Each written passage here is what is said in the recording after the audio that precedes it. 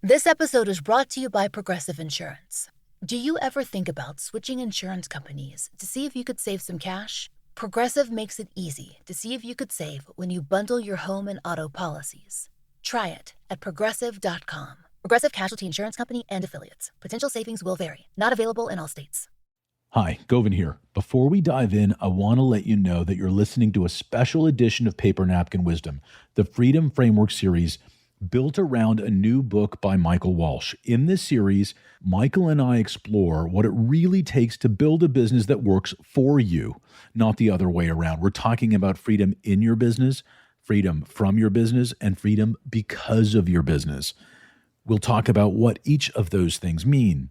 Each episode brings you tools, insights, and in-depth conversation between Michael and I about how to bring this kind of freedom into your life. If you're ready to design a business that you don't need to escape from, you're in the right place. Listen in. Welcome to Paper Napkin Wisdom, where we share pearls of wisdom shared by some of the world's top entrepreneurs, leaders, and difference makers. Here's your host, Govindh Jayaraman. Hi, I'm Govindh Jayaraman, and this is Paper Napkin Wisdom, episode 265. If you've ever wondered how to unlock lasting freedom in your business, not just for yourself, but for your team, your customers, and the future you're building, you're in the right place. This is part 9 of our ongoing Freedom by Design series with none other than Michael Walsh. And if you've been following the series, you already know Michael has been guiding us through powerful and practical insights that help us reimagine the structure of our business, not as machines that consume us, but as ecosystems that grow with us. Today's episode is going to shift your perspective again. We often talk about scaling systems, processes, and profit, but what if your greatest opportunity to scale wasn't a thing, but a person? What if the missing link between your current results and your next breakthrough was already on your team? Michael challenges us to rethink how we approach growth, not just for the business, but through it. And the best part, you already have everything you need to start. So whether you're listening in your car, walking the dog, or sipping a coffee at your desk, get ready to rethink how integrated results are really built.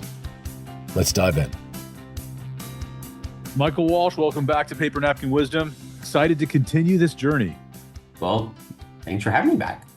Right. So we are discovering, and discovering, I'm discovering, you're discussing the freedom framework. And this is for leaders to understand and how, not just how, but why we want to build and stay focused on freedom in the business to do the things we want to do, freedom from the business so we can go away and do the things outside of the business that we want to do, but also freedom because of the business to have the life and maybe opportunities that come because of the business, because of the wealth that is generated within the business and because of the profitability of the business and all those kinds of things.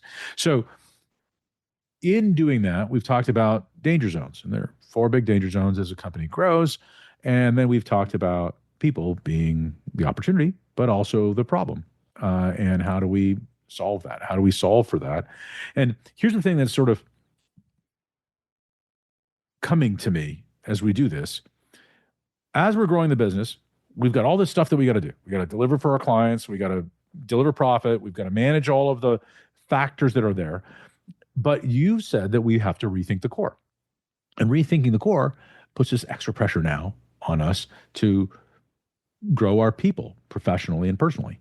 Also, on top of the profit and on top of this other stuff. So where's all the time come for all of this stuff, Michael? Oh, sure. I can start with an easy question. Yeah. I love what you said. People are a great resource, but they're also the problem. It reminds me of Ford's quote way back when in the early 1900s. He says, why can't we just have people's hands show up, but the whole body shows up with it? It's like it's so complicated with it's like their hopes, their dreams, their concerns, and all that stuff. He says we end up with all of it. But you're right. It's like, where do you get the time? Well, as you know, the complexity of a company multiplies as you increase the number of staff. And it does exactly that. It chews up your time. Like you just don't have any time. So if you're going to train your people, and in fact, that's one of the biggest reasons why people don't spend as much time training as they theoretically know that they should. They figure, well, the industry's got things, especially when you're in an expertise-driven industry. They figure they've got industry training, they've got continuing education things they have to do. Shouldn't that be enough? That sort of thing, because then I don't have to do it as the owner. But if I'm going to build an intelligent ecosystem, it runs very differently from a well-oiled machine. Well-oiled machine, I tell you what to do, you do what you're told, and then you do that. Well, of course, notwithstanding that it kills creativity, that's even if you did follow what I said, but if you resent that I was telling you that, then it takes it in a whole different direction. And so that just compounds the difficulty and how time-consuming it is. So the question is that if I understand it correctly, how's that for a long preamble to a simple question? How can I actually manage this given the time constraints of what it takes to grow a company, create value for my customers, protect my own profit, stuff like that? Like, how do we do this? Yeah, and there's still, only a certain amount of time in the day. Correct. And so, so if we're talking about increasing your freedom, what would happen if you started to integrate everything? Integrated solutions work better than non-integrated. So let's talk about the alternative to integration so that people can understand what integration is, right? Sure. Because that's not a term that everybody understands the same way. What does integration mean? Okay, so what is the opposite of integration? The opposite of integration is I spend some of my time doing this, and I spend some of my time creating value for my customers. I spend some of my time creating profit for my company, and then I got to spend this time over here creating opportunities for my people to grow. And I'm literally running around all over the place because there's too much to do on me or my team to go around. Yeah, and that's distributed results. That's where you're distributing your time. 1 hour here, 1 hour there, 1 hour there, 1 hour there. It adds up to 28 hours. Some of it doesn't get done, and we're lost, right? Correct. And then Tuesday comes, and now I get to start again. Well, hang on a sec. I did 28 hours for Monday. I'm already into Tuesday, and sleep would be a nice thing. So, and this is part of the reason why people initially have a difficult time with this notion of rethinking the core, because what we're saying is your ability to generate results has always been the core.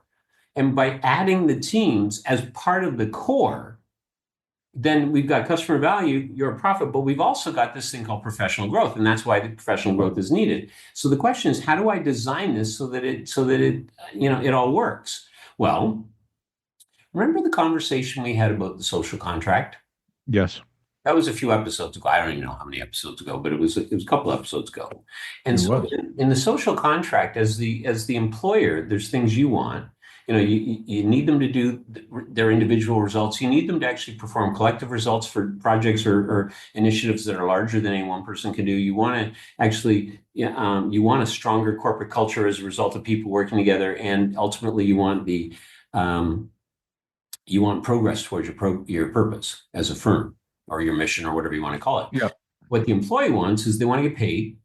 Clearly, number two, they want professional training and growth, especially in an expertise-driven environment.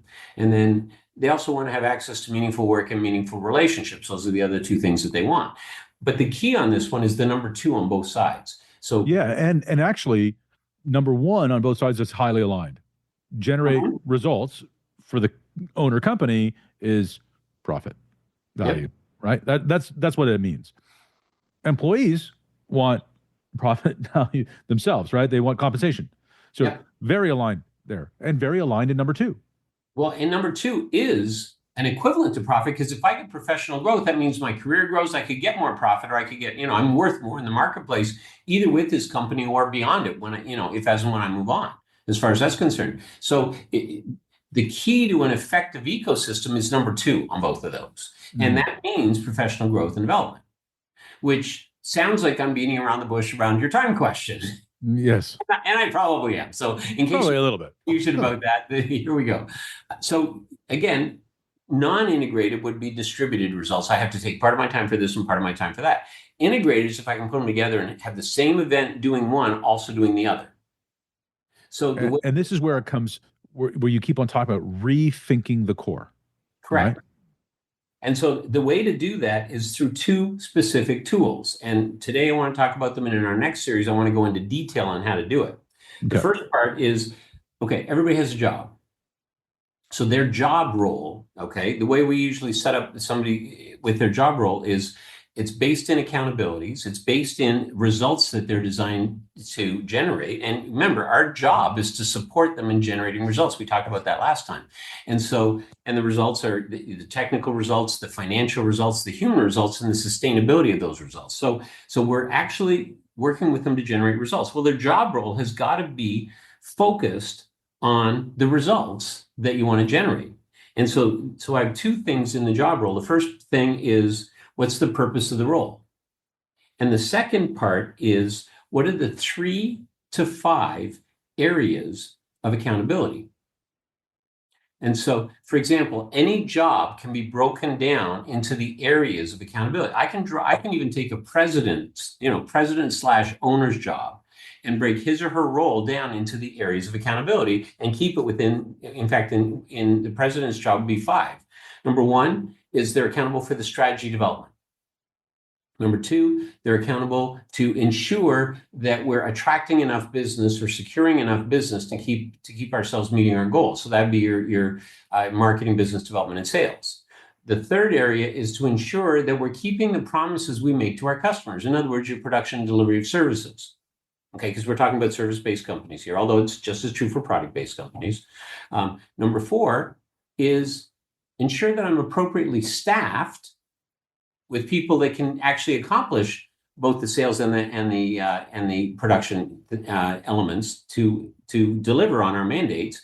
And number 5 is to handle the money, and that's the profitability, cash flow, and capital are the 3 elements of that. So really, if I take a look, I got strategy, I got sales and marketing, I got production and delivery, I got people and the money. Those are the 5. Those are the areas of accountability. Now, what the outcomes are, the specific results, that's a whole different conversation. And for each of those 5 areas, I could actually then, by identifying that, I could actually then turn around and say, what are the results in each of those 5 areas? And again, with any job, I see there's at least 3, and you can always max it at 5. Now, the reason to go 3 to 5 is because it keeps it strategic. And really, we're using a term called chunking, okay? And when we do chunking, it's taking the big chunks, and then I might have 20 or 30 different to-dos. I might even have 10 to-dos in each of those 5 areas, okay?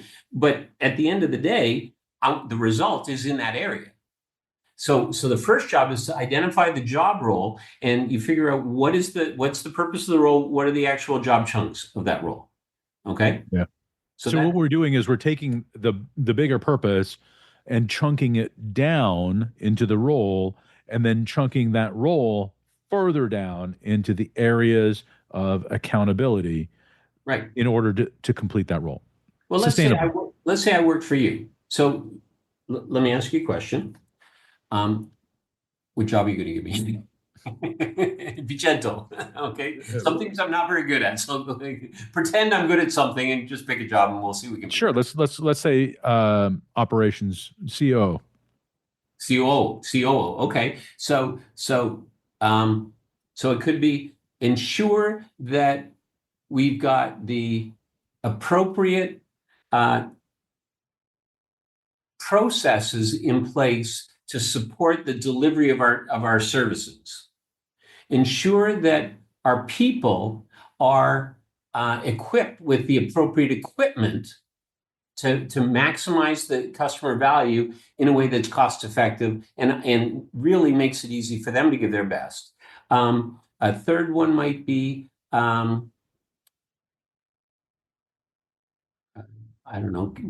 I was going to go to keeping up with the trends so that we can continue to make sure that we're on top of that thing. Or I could go to the third one would be to collaborate with the managers to ensure that they've got the processes in place to support the people to hire each of the managers to hire the appropriate staff. And of course, you're going to use an HR department to support those managers as well. Ultimately, you want the accountability for the staff to rest with the managers in the various departments, let's say in an operations driven environment. But I'm thinking, let's say an engineering firm, I've got different people at different levels, and because I'm trying to keep this to service based. And so I might actually set it up so each of the project managers has what they need. So those are three. And the fourth one might be to participate as part of the larger management team or the larger leadership team. And there's probably a fifth one of something I forgot. So, Sure. but the four really cover most of it. Is make sure that we've got the processes to support them to deliver their best in terms of the client results. Make sure that they've got the equipment and tools and computer, whatever necessary to do that. Ensure that the managers are armed with, or, you've got the systems that would support the attraction and developing of people, and then participate as part of the higher leadership team. That probably covers 90% of a COO's job. Right. So it's Even in a 3 to 5 covers it pretty easily. And yeah. So once we've got the role and we've got the results that are related to it, and the 3 to 5 areas of accountability, and I love that you're calling it areas of accountability, because you're redefining around the chunks of areas of accountability. Yeah. Then what? So the other half of that, so that's what the company wants. What do the people want? They want to grow.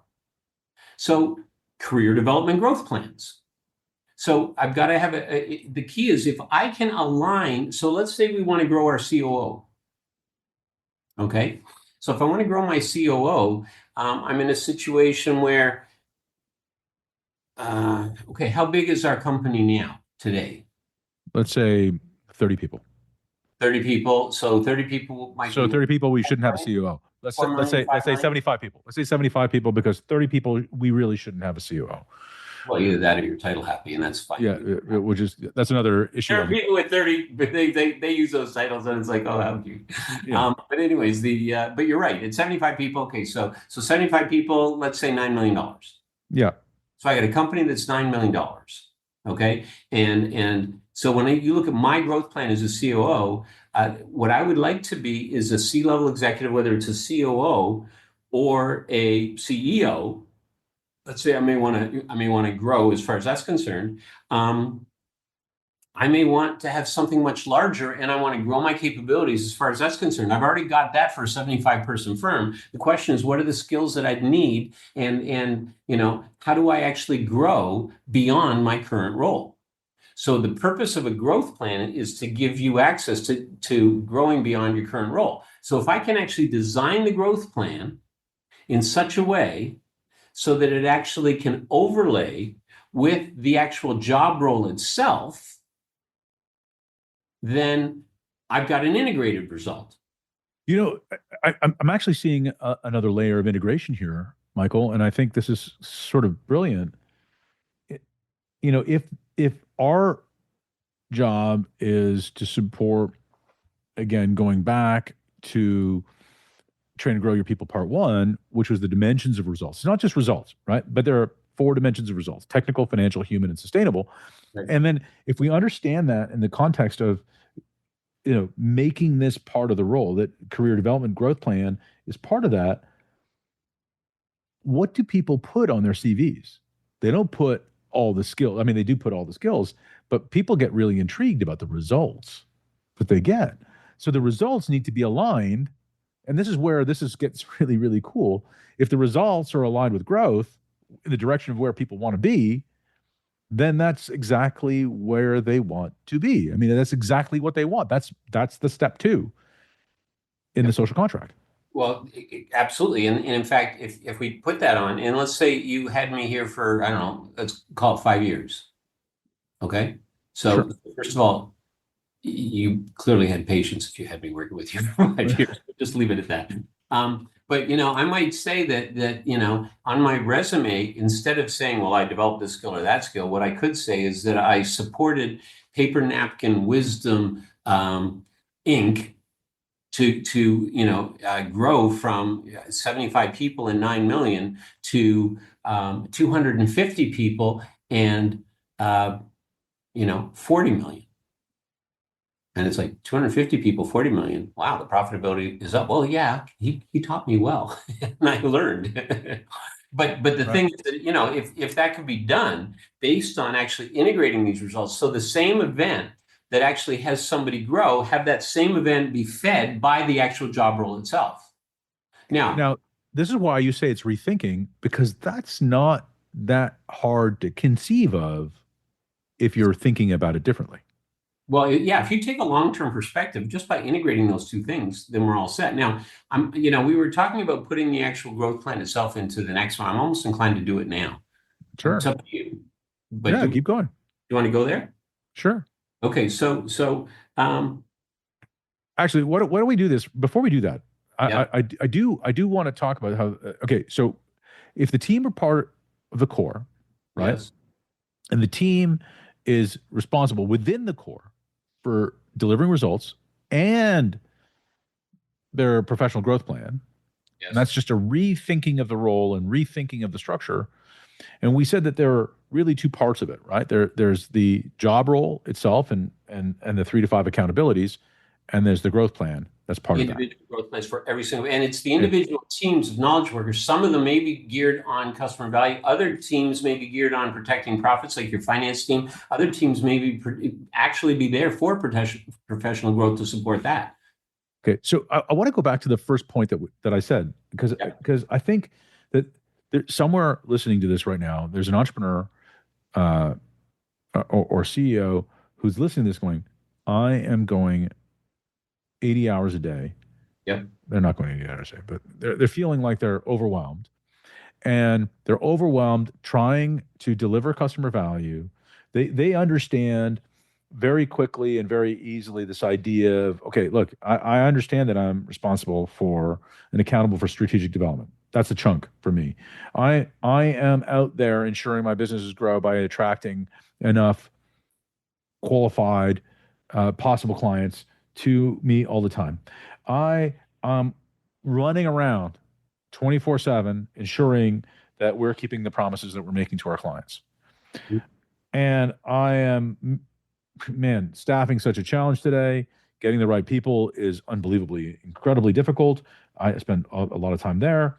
And then, man, if I do some of that stuff right, I've got enough, I'm growing my company on the top and bottom line, and I'm doing it while supporting cash flow. So that's another shell game that I'm trying to keep up on top of. Now I have to add this professional growth.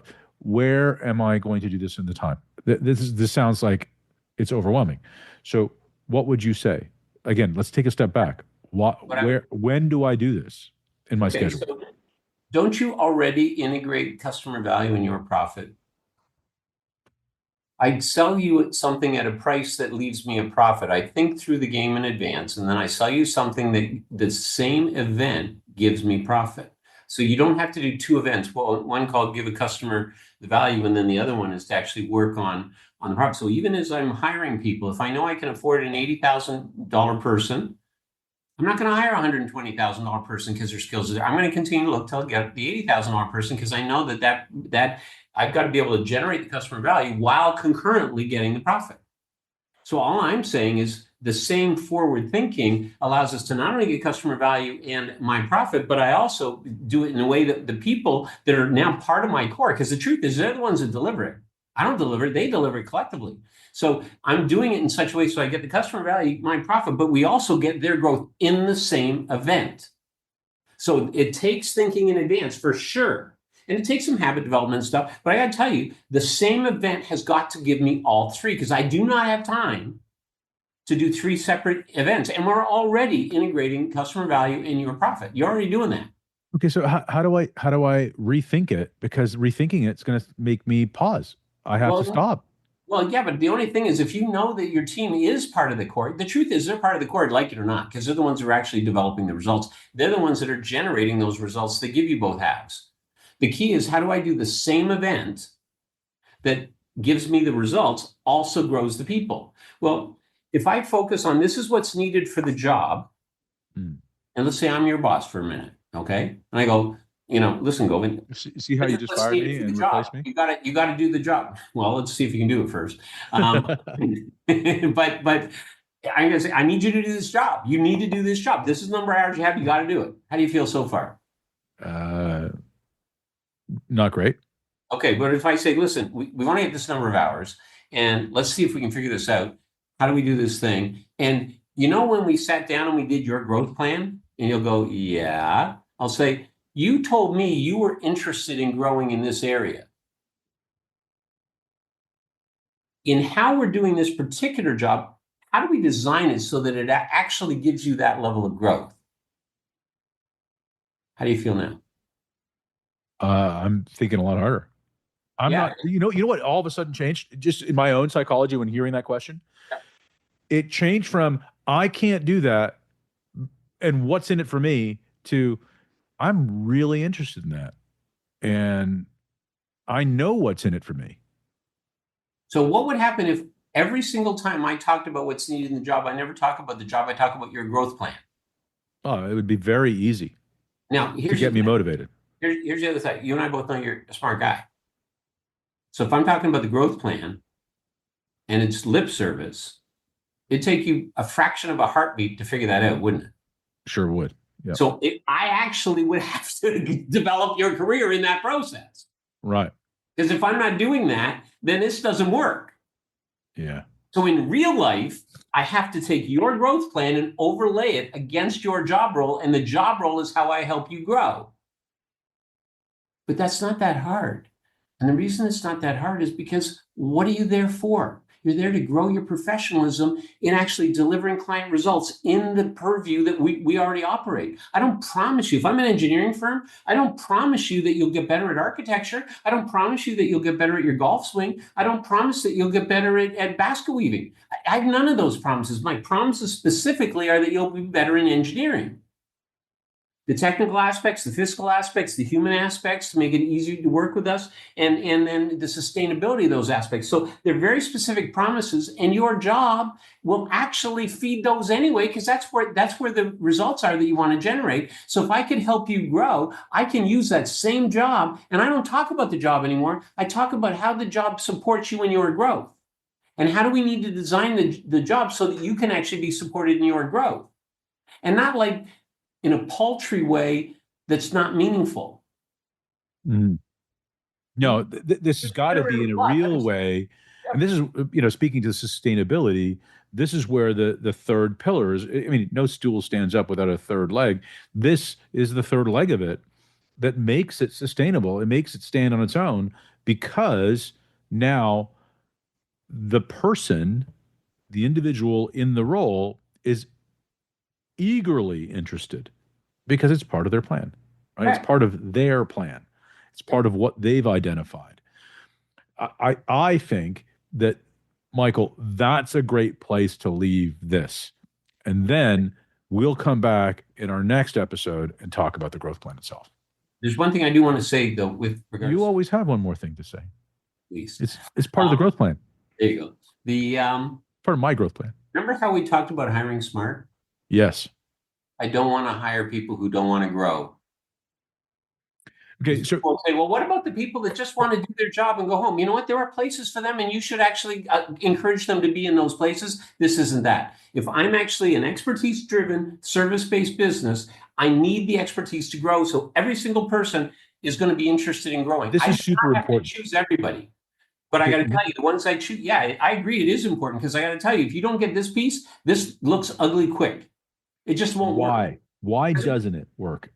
Because I have no interest in growing. So you're going to tell me that I should grow. I'm like, yeah, whatever. Can I get a raise? I'll just take that instead of this whole growth thing. You see, so I'll do whatever I need to do my job to get paid. No, don't hire that person for your company, because your continued value to a customer is based on growing expertise, because the market's always changing. And if you're not growing your expertise, the market will leave you behind in an expertise-driven services company. And so if I'm based in expertise, I have to be constantly working that side, because it's not hard to lose traction and lose ground to everybody else. Well, and I would argue, in the age of AI, the speed of strategy and the speed of this has changed tremendously. The plan that used to take 12 months needs to be revisited quarterly. The things that you did quarterly needs to be revisited monthly. The things that you did monthly needs to be revisited weekly. And if people aren't interested in growth, they're not interested in that. Right. And if they're not interested in that, and they're the ones that are responsible for delivering value and profit, well, they're not going to do much of either. And the only other comment that I would make about this would be, I've had a number of clients that we've worked with as they've discovered what really goes into the growth plan and how it's used with the job role, they're like, oh my gosh, this is our secret sauce. This is our secret weapon. This allows us to really support our people. And this is why our people are actually singing our praises to potential clients. So, we're still in the process of hiring more people, but it's getting easier as we go because people just love what it's like here. And they're like, this is like no other place we've ever been. Well, that's because nobody builds an ecosystem, but in every ecosystem, that's exactly what it feels like. So is there something special about them? Yes, because they're building an ecosystem, but their ecosystem versus another, an ecosystem can be built. And if you actually focus it on the ecosystem notion, everybody wins. Now, how many companies does everybody in the company win? Not many. Yeah. So if you're one of the companies where everybody wins, guess how hard it is to hire great people? It gets easier and easier as you grow. So what it does, and that, sir, gives you more freedom. All right. Thank you, Michael. Welcome. And that's a wrap on episode 265 of Paper Napkin Wisdom. And what a conversation it was. Part 9 in our ongoing Freedom by Design series with Michael Walsh. Michael reminded us that integrated results don't happen by accident. They're architected. They emerge when we train and grow our people, not just as a support function, but as the core engine of profit and customer value. Here are some of the powerful takeaways from today's episode. Training isn't optional.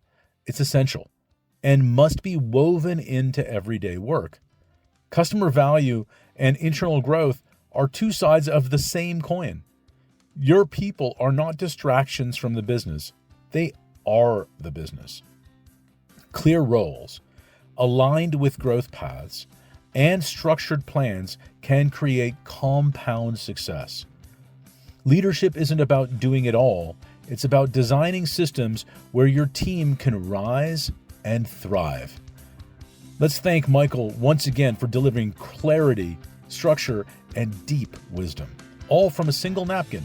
His ability to simplify complex leadership challenges is exactly why this Freedom by Design series has resonated so deeply.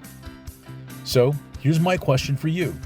What's one small shift you can make this week to grow your people, not as a side project, but as a path to integrated results?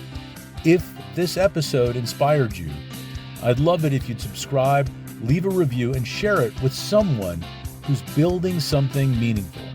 Because at Paper Napkin Wisdom, we believe small ideas, clearly expressed, can lead to extraordinary outcomes.